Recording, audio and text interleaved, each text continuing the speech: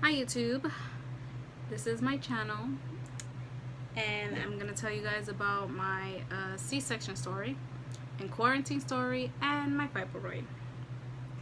So I needed an emergency C-section because of my waters breaking for I think 3 days, and me not knowing. I had normal discharges, but I assumed they were discharges, not knowing that it was my waters. So I quickly called my husband to come to the hospital. The only thing they told me was that he's only allowed in my OR room, and then once the baby's out, he's gonna have to leave. So I called him up around, I was there at 11 a.m. and I called him around 9 to start showing up to the hospital because they finally found a room for me. So he finally showed up and they wheeled us to the OR room, and I was shaking like a leaf because I did not want the C-section at all. But I had to go through the C-section because my son was breached and the fibroid was in the way of the cervix for him to either way go down. So I was elected for a C-section, but wound up having an emergency C-section the day before he was scheduled for a C-section. Who knew? So then they around 11:45 they wheeled us to the OR, and he was born on April 8th at 12:18 a.m. He was 7 pounds and 18 inches. And the NICU was there waiting just in case they had to revive him since he didn't have water for 3 days. But luckily they told me that he was fine. He breastfed right away. He was perfect. And unfortunately, the day after, not the day after, but the day continuing, my nurse was so extremely busy with other C-section mothers that she had a mental breakdown, and they never gave me a call button. So I was stuck with him on the bed. I didn't know what to do until I think somebody came to feed me, and I told them that. I'm like, can you get a nurse because I don't have a call button? So they finally gave me a call button, and yeah. We were quarantined, so it was like I was only in a room with just me, which was fine. I prefer that anyway. You know, you feel horrible after a C-section and you don't want no one else looking at you. So that day they kept testing him because I also was gestational diabetes.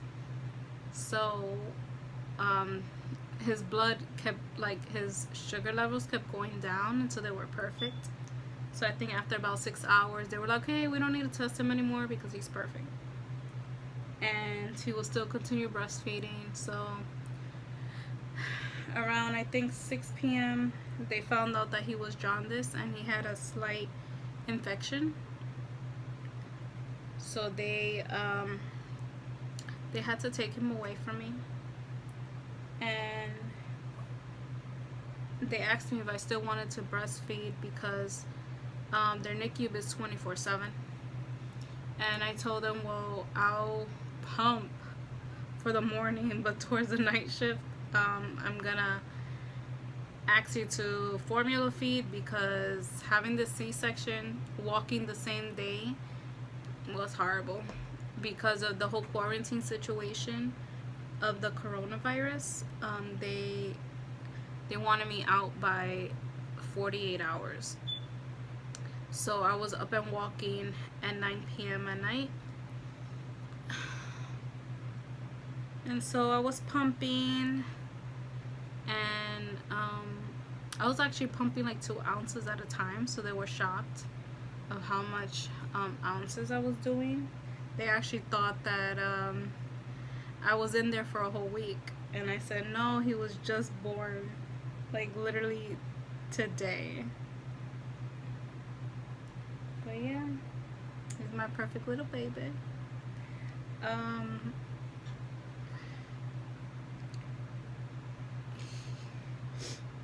So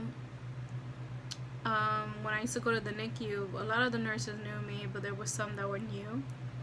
And I would go up to him and they're like, "What are you doing here?" And I'm like, "This is my son." And they would look at me and look at him like, "Let me see your ID." So I was a little annoyed about that. But after that, they were like treating me well. So then my surgical nurse came in and she says, "Well, you look like you're good to go. We're gonna discharge you the next day," which will be kind of like the beginning of the new third day.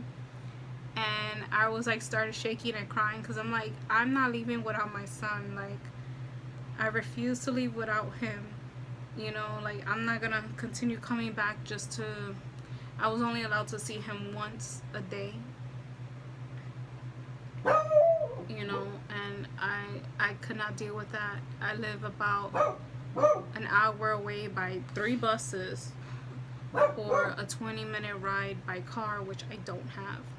And for Uber at this moment is like $25 one way. And only one parent's allowed to see him, so I was like, I'm not doing that. So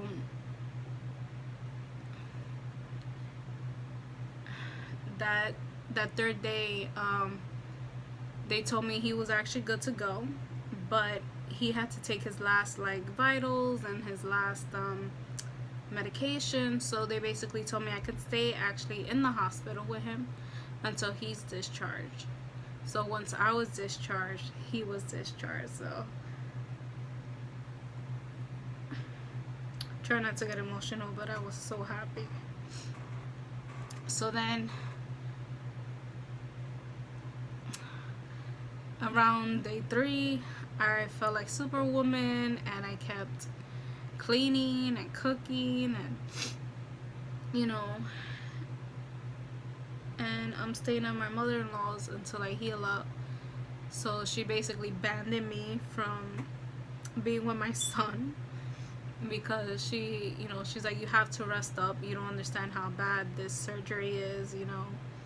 So I took her advice and I started healing. So around day 10, I was feeling extreme amount of pain, and I'm telling my husband, I think I popped something, like popped a stitch inside because I'm in so much pain. I was like literally shaking from so much pain, and one of my friends convinced me to take my oxycodone, which I didn't want to take because I was breastfeeding. I was only taking Tylenol. So she convinced me to take an oxycodone, and I did. Nothing happened. I was just high as a kite and still in pain. And it would just knock me to sleep, but I would still be in pain. So then again, after 4 hours, I popped another one. Once again, same thing. I was high as a kite and still in so much pain. So in the morning, I called the hospital and I told them like, hey, I'm in so much pain, I just had a C-section. So they told me to come in right away. They wheeled me to labor and delivery, and they told me they're checking if it's neither an appendix, a cyst, or infection. So they were like literally jamming their fist right in my stomach, and I was crying. I could not speak to the nurse. I could not walk. That's how bad the pain was for me. I felt like I was back to day 1 on the C-section. So eventually they did an ultrasound and they told me it was my fibroid, that my fibroid is dying and is shrinking, and it's extremely painful, and there's nothing they can do about it. The only thing they can give me was Motrin, but I told them that Motrin tends to mess up my stomach and makes me bleed. So they gave me 2 different type of antacids, and I took them, and fibroid pain went away. Great. Then I had extremely bad acid reflux, and I could not even drink water because I was in so much pain for that. And then I was having the C-section pain, so the Motrin just got rid of the fibroid pain. And then I told my husband I'm no longer taking that. I rather stick to Tylenol, which gets rid of the soreness from the C-section, and I'll deal with my fibroid pain no matter how much excruciating it is. But at least I know that it's shrinking, because they told me it went from a 12 cm to a 9 cm, which was great. And they told me to continue on breastfeeding because that's what cuts the hormones from feeding the fibroid, and that's why it's dying. And I'll continue taking oxycodone like maybe once a night or whatever if needed, you know. But yeah, so I got sent home, and I still get the fibroid pain, but like I said, now I know it's shrinking, so I'd rather deal with the pain. So I'm gonna show you my little love bubble. His name is Benjamin. Okay, let me try to do an easier way of doing this instead of lifting him. Yeah, I know, booby. So this is my son Benjamin. Say hi. Tell him I'm 3 weeks old today.